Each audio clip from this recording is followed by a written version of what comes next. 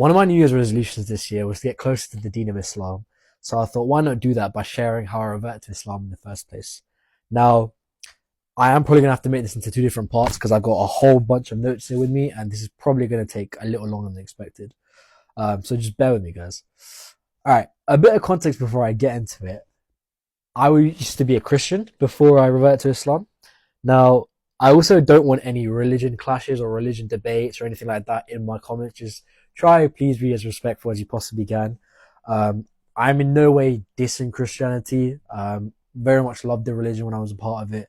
It's just that I'm now Muslim, and I just ask that there's respect between the two religions. Thank you. Um, right, so around the age of 16 or 17, I started to question things, and I think it's very important that you question things in your faith. Now, that's not to say that I wasn't very much involved in my religion. Like, I think if you looked at me, you could tell I was Christian, okay? I'd go to church every single week. My parents would take me. I'd read the Bible every single day. Like, I was very, very religious, and I was very, very, like, adamant on learning more about Jesus and learning more about the truth.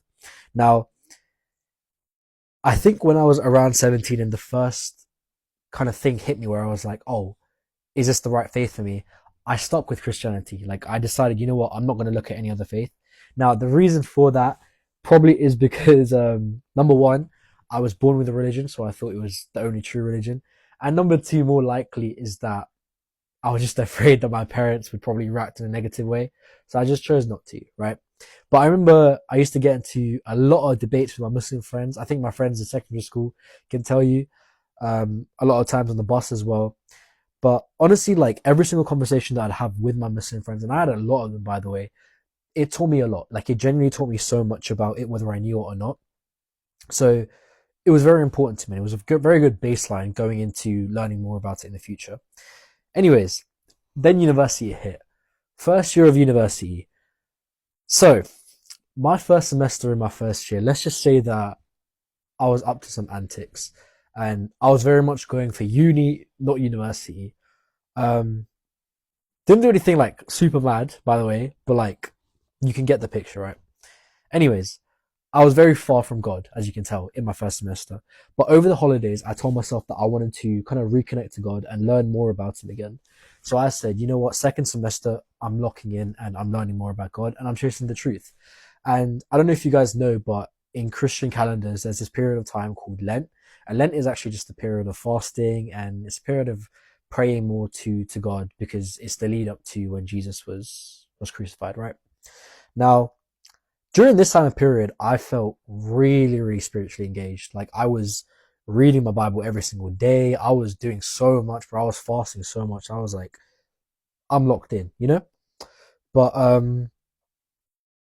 as soon as Lent was over, I just kind of felt this drain, and it's just this feeling of emptiness, you know? It was like during Lent, I was doing it for like a specific reason, but then like as soon as Lent was over, it was like, what am I doing it for, you know?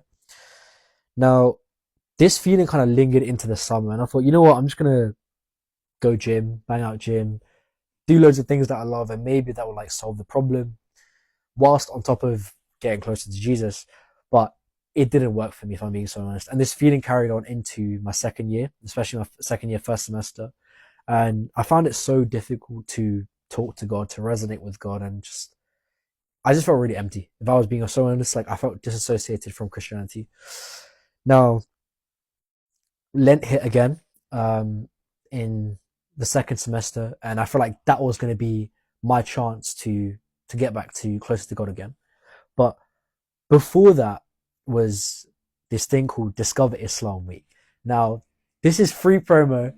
Not getting like paid to do this, or no one's like telling me to do this. If you go to the University of Birmingham, or if you go to the University of Birmingham, go to the ISOC Discover Islam Week, okay? Because that right there is an amazing week, okay? Let me tell you about it, right? That week there is just basically an opportunity for people who are non-Muslim to come and learn more about Islam, and basically just either take away a small snippet of information, or like me, take away this huge bunch of things that can cause a huge chain of events in your life that will lead to you coming to Islam. Now, for me, I didn't know at that period of time, but I said, you know what, let me just go to Discover Islami, because a couple of my boys were going, and I said, let me just show support by going with them.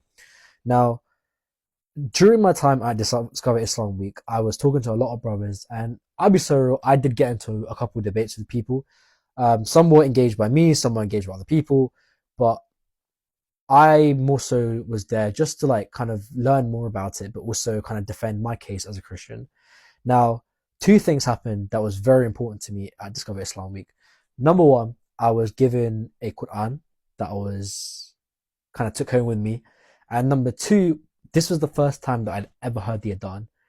Now, when I'd heard the Adhan in the background, every single brother and sister that was helping out or volunteering or talking to someone or doing something of any sort, they stopped and they went to the back of the marquee. And I think it was Asr Salah at the time. Everyone prayed Asr Salah together in unison. And it was so beautiful to watch. And in my heart, I was like, wow, this is such a beautiful religion. And this community is such a great community as well. Now, going on with the Quran as well, I took it back home. If I'm being so honest, I just left it on my bookshelf and I never really read it, if I'm being honest. And to be fair, Lent was a couple weeks around the corner as well. So I was like, there's no point in reading it if I'm just going to lock in with Lent. So Lent hit, and this Lent felt different, you know, it just felt empty. And in the back of my mind, like, I don't know why, but I just had this feeling of Islam, like just stuck in the back of my mind. But I never really told anyone about it. And I was like, oh, it's probably just my mind playing with me, you know, let me just leave it. Now, after Lent is finished, like I said, I'm still kind of chasing the truth. I'm still trying to find out who I am.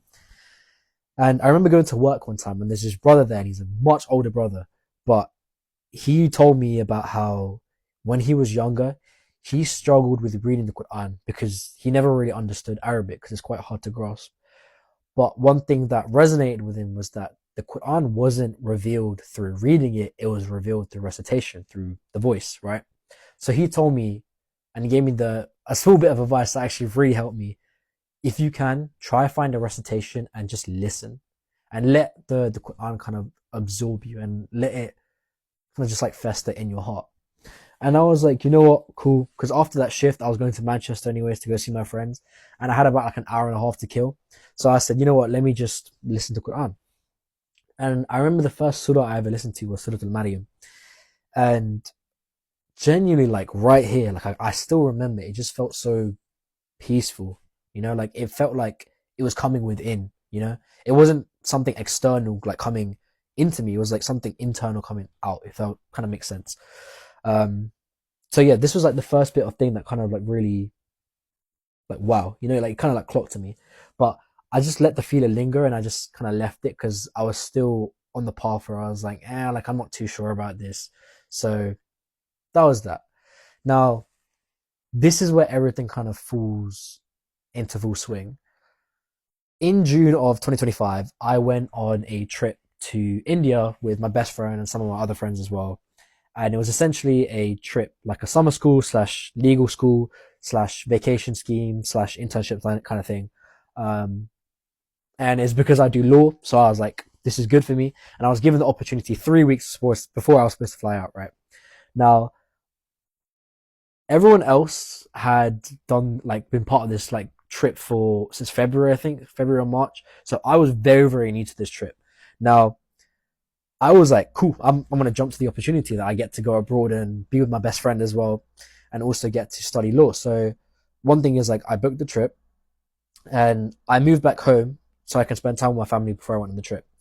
Now, one thing about me is I'm very OCD, very like perfectionist, right? I have this list I always write whenever I'm like packing something so I don't feel like I've forgotten something.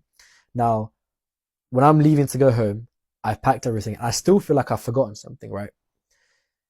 When I feel like I've forgotten something, I go around my room again and I search. And the one thing that has of any significant weight that I could think of possibly imagining to bring back home is the Quran. Now, I don't know why I felt guilty leaving this behind, but I thought, you know what, just to like ease my conscience, let me just take it with me. Now, exactly same feeling as I was packing for my flight to India. When I packed all my suitcases, the one thing that I'd left in my room that I'd felt like I was missing was the Quran.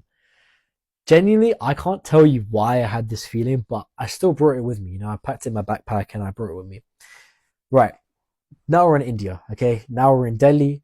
And during my first week, me and my friends, we decided to book a 2 or 3 day trip to Mumbai just so we can go explore. Now, because I've already had this feeling twice already of forgetting the Quran, I thought, let me just bring it with me, so I don't have that guilty feeling again. So I brought it with me, right? Now, every single night before I go to bed, I always read the Bible, except from this night. This night, instead, I read the Quran, and I read the first page, just the first page. And the first page is Surah Al-Fatiha, the mother of the Quran. And I don't know why, but there was just something about it that just stuck with me. And it stuck with me so much that I went to bed, and the next day I remember suggesting to my friends, and bear in mind, all my friends are Muslim. I was the only Christian in this group. I said to them, guys, let's go to a mosque in Mumbai. I actually couldn't tell you what possessed me to say that, but I was like, let me just say it. And that's what we did. We went to my first masjid ever. And I remember when we got there, we went into the masjid. It was a very beautiful masjid. And I remember there was a man, a very old man, and he taught me how to make wudu. Didn't even know I was making wudu, but he just taught me how to make wudu. He was so kind. And I remember when I went into the masjid as well, my friend, he was praying, and I sat at the back of the mosque. And I just remember that I could hear my heartbeat, and I could hear my own breath, and everything just felt still. And like right here, like boosh, right here, it was just peaceful. And this is the first bit of peace that I'd ever felt in my life. 20 years of living, I'd ever felt this peace. And it was just so beautiful. It was so indescribable, you know. And I remember as well, after my friend finished praying, we were sat at the back of the masjid for, I don't even know how long. And we were just talking about Islam. And I felt like where my heart was so hardened before, like it was just softened. And I fully let myself embrace it. And I started talking to him. And he was so vulnerable about Islam as well. And bear in mind, this friend, he isn't very in the position where he talks about his life like that. So to me, it just showed me how beautiful Islam was, that he was able to talk about Islam so vulnerably. And that's what kind of first hit me, you know. I can see that the time is running down, so I'm going to do a part 2. So just stay tuned for that. Okay. All right. Peace, guys.